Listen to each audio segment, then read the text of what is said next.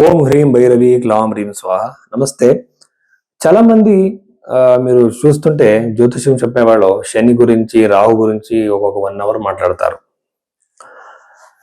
గ్రహం గురించి మాట్లాడతారు. కానీ ఇది జ్యోతిషమా?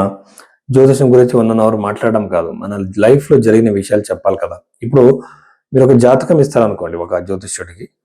తను మీ జాతకం చూసి ఫస్ట్ మీ లగ్నం ఏదని కనిపెట్టాలి. ఎందుకంటే ఒక రాశిలో చాలా మంది పుట్టి ఉంటారు కదా. ఇప్పుడు న్యూమరాలజీ చెప్తూ ఉంటారు కదా, న్యూమరాలజీ ఎందుకు అక్యురేట్ కాదు, నిజం కాదు అంటే, ఒకే డేట్ లో చాలా మంది పుట్టి ఉంటారు, ఒకే రాశిలో చాలా మంది పుట్టి ఉంటారు. మీ ఇండివిజువాలిటీ ఎక్కడ ఉందంటే మీ లగ్నంలో. ఆ లగ్నం కనిపెట్టాలంటే పాస్ట్లో నడిచిన కొన్ని సంఘటనలు చెప్పి మీలో మీ లగ్నం ఏజిని కనిపెట్టి పాస్ట్లో సంఘటనలు అంటే ఒక దశా పీరియడ్ నడిచేటప్పుడు చాలా పాసిబిలిటీస్ ఉంటాయి, ఇండికేషన్స్. ఈ టైం పీరియడ్ లో ఇన్ని సంఘటనలు నడిచేట అవకాశాలు ఉన్నాయి, మీలాంటివి జరిగాయా అని అడగాలి. అలాగే జాతకం జతలోనే అరచేయి రేఖలు లైన్స్ అన్ని కంపేర్ చేయాలి. ఇవంటే వెస్టర్న్ పామిస్ట్రీ లాగా హెడ్ లైన్ ఫేట్ లైన్ అలా కాదు. ఇండియన్ పామిస్ట్రీ వేరే రకంగా ఉంది, చైనీస్ పామిస్ట్రీని ఒకలాగా ఉంది.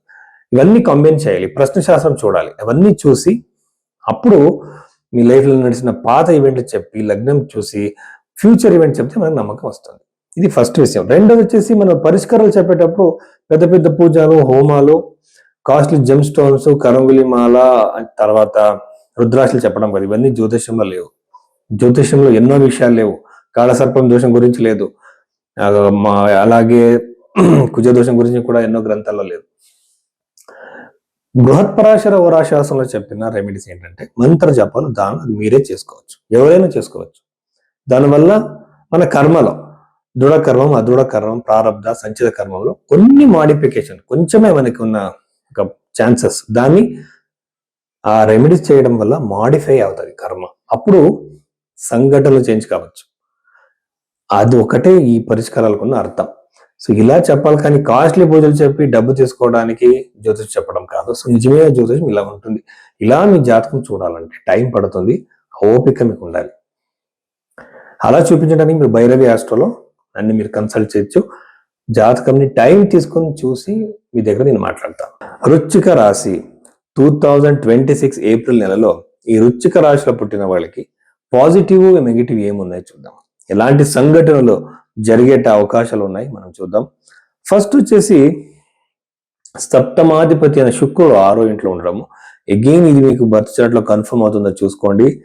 అలాంటి వాళ్ళకి మ్యారిటల్ లైఫ్ లో ఇష్యూస్ రావచ్చు, గొడవలు రావచ్చు, టెన్షన్స్ రావచ్చు.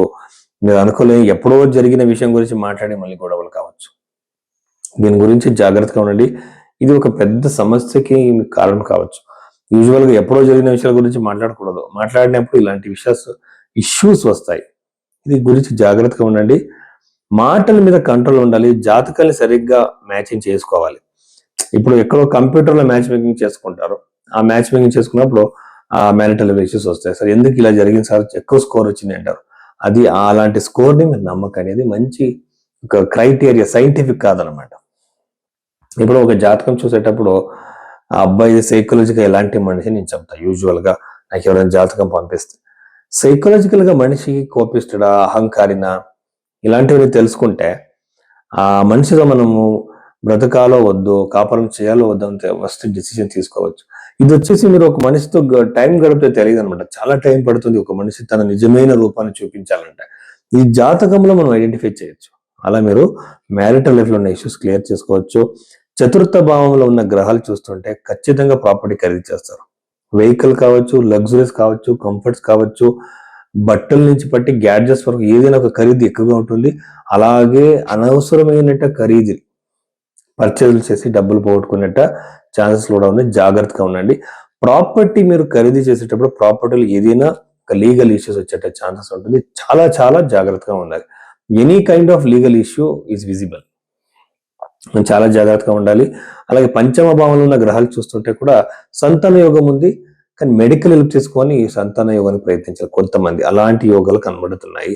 దశమ భావంలో ఉన్న గ్రహాలు చూస్తుంటే సూర్యుడుకున్న ఒక పొజిషన్ చూస్తుంటే ఖచ్చితంగా గవర్నమెంట్ జాబ్ యోగం ఎక్కువగా ఉంటుంది ఈ రాశిలో పుట్టిన వాళ్ళకి. అలాగే చంద్రుడు నీచం అవుతాడు కాబట్టి అన్నెసెసరీ థాట్స్ ఉంటాయి.